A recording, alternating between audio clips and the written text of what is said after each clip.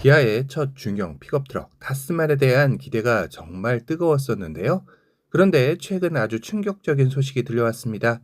타스만의 뼈대를 그대로 이어받아 한국판 랜드크루저가 될 것으로 기대를 모았던 타스만 SUV 개발 프로젝트가 현재 잠정적 보류가 되었다라는 소식인데요. 오늘 영상에서는 왜 기아가 야심차게 준비하던 프레임바디 SUV의 브레이크를 밟았는지, 그리고 이 위기를 타개할 기아의 비밀병기는 무엇인지 아주 깊숙이 한번 파헤쳐 보도록 하겠습니다. 자, 먼저 상황이 왜 이렇게 됐는지 냉정하게 짚어봐야 할 텐데요. 모든 비즈니스의 핵심 구조는 결국 숫자이죠. 호주에서의 시장의 부진이 가장 큰 발목을 잡았다는 생각이 드는데요. 픽업 트럭의 성지라고 불리우는 호주에서 지난 11월 타스만은 607대의 판매에 그쳤습니다. 순위로 치자면 9위에 머물렀는데요. 기아라는 브랜드 파워를 생각하면 기대 이하라는 평가가 지배적입니다. 한국 시장의 상황도 마찬가지인데요. 국내에서는 592대로 픽업 부문 1위를 차지하게 했습니다만 시장 규모 자체가 워낙 작죠. 연쇄적인 반응으로 픽업 트럭 시장에서 압도적인 존재감을 보여줘야 그 플랫폼을 기반으로 SUV를 만들 명분이 생기는데 지금은 그 동력이 부족한 상태입니다. 기아 호주 법인의 제품 기획 총괄 롤랜드 리베로가 최근 매체와의 인터뷰에서 뼈 때리는 말을 남겼는데요. SUV 개발이 완전히 끝난 건 아니다. 하지만 지금은 최우선순위가 아니다 라고 말을 했습니다. 이 말의 의미를 해석해보면 이렇습니다. 기아는 현재 규모의 경제를 고민하고 있습니다. 첫 번째로 글로벌 수요의 불확실성인데요. 호주만의 원에서는 안 된다는 겁니다. 남미, 중동 그리고 한국 시장까지 모두가 우리는 이 SUV를 살 준비가 됐다라는 신호를 보내줘야 한다는 뜻이겠죠. 두 번째, 픽업 성공의 전제 조건인데요. 픽업 트럭이 먼저 자리를 잡아야 SUV 라인업 확장에도 힘이 실립니다. 현재 기아의 경영진은 타스만 픽업의 판매 추이를 지켜보며 플랜 B를 가동 중인 것으로 보이네요. 자, 그럼 SUV는 영영 못 보는 걸까요? 꼭 그렇지만은 않습니다. 여기서 우리가 주목해야 할 단어는 플러그인 하이브리드인데요. 경쟁사의 동향을 살펴보면 토요타의 하이럭스는 마일드 하이브리드를, 포드 레인저는 이미 플러그인 하이브리드를 도입하고 있습니다. 기아의 전략은 타스만은 설계 단계부터 하이브리드와 순수 전기 시스템을 탑재할 수 있도록 만들어졌습니다.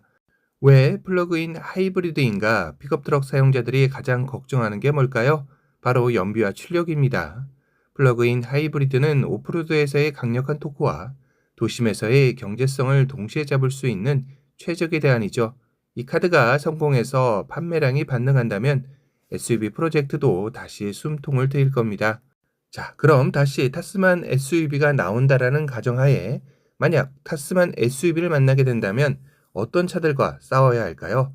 경쟁 모델로는 토요타의 랜드크루저나 포튜너, 포드 에베레스트, 미쓰비시 파제로 스포츠와 같은 모델과 싸워야 할 겁니다.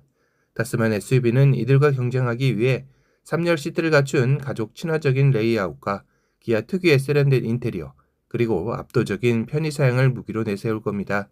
모하비의 진정한 후계자를 기다렸던 분들에게는 최고의 선물이 되겠죠.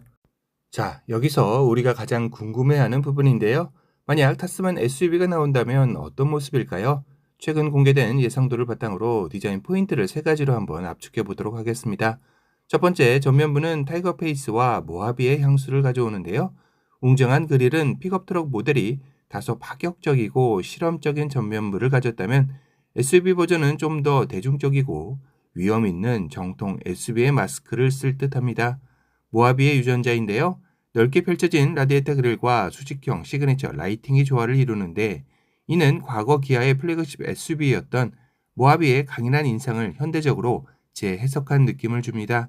이게 바로 모하비의 진정한 후계자다라는 말이 절로 나오는 대목이겠죠.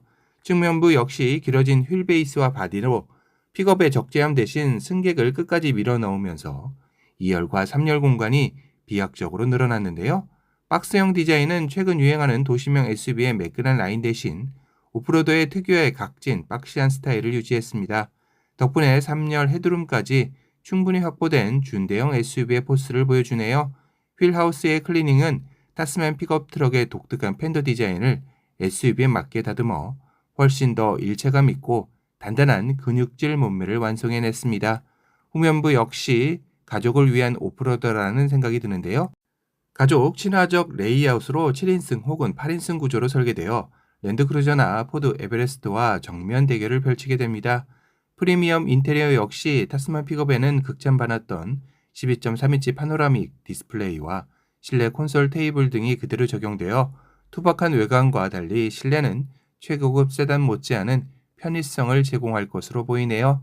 자, 그럼 기아가 이렇게 고민하는 사이 경쟁사인 현대차는 가만히 있을까요? 절대 아니겠죠. 현대차의 반격도 시작이 되는데요. 최근 현대차 경영진은 기존에 본 적 없는 새로운 형태의 중형 픽업을 준비 중이라고 밝혔습니다. 현대는 기아와 달리 EREV, 즉 주행거리 연장형 전기차 시스템을 적극 검토 중인 것으로 알려졌는데요. 이는 타스만 SUV에게 큰 위협이자 동시에 기술 공유의 기회가 될 것입니다. 시장 전망으로는 현재는 픽업 트럭의 판매 부진으로 SUV 프로젝트가 잠시 멈췄지만 업계에서는 2026년 하반기를 변곡점으로 보고 있네요. 첫째, 타스만은 플러그인 하이브리드 모델이 출시되어 판매량을 견인하고, 둘째, 호주와 중동 시장에서 프레임바디 SUV에 대한 강력한 요청이 계속된다면 기아는 다시 SUV 카드를 꺼낼 수밖에 없을 겁니다. 그럼 오늘 내용을 다시 한번 요약해 보도록 하겠습니다. 첫 번째는 타스만 SUV는 현재 일시 정지 상태이다. 두 번째, 하지만 희망은 있다. 기아는 플러그인 하이브리드 모델을 통해 판매 반전을 노리고 있으며 이는 SUV 개발의 기폭제가 될 것이다. 세 번째, 결국 우리 소비자들의 반응에 달려있다인데요. 여러분은 어떻게 생각하시나요? 투박한 픽업 트럭보다는 듬직한 프레임바디 SUV를 더 기다리고 계시지는 않나요? 타스만이 플러그인 하이브리드로 무장하고 돌아온다면 지갑을 여실 의향이 있으신가요? 댓글로 여러분의 소중한 의견을 남겨주세요. 오늘 영상이 도움이 되셨다면 구독과 좋아요, 알림 설정까지 부탁드립니다.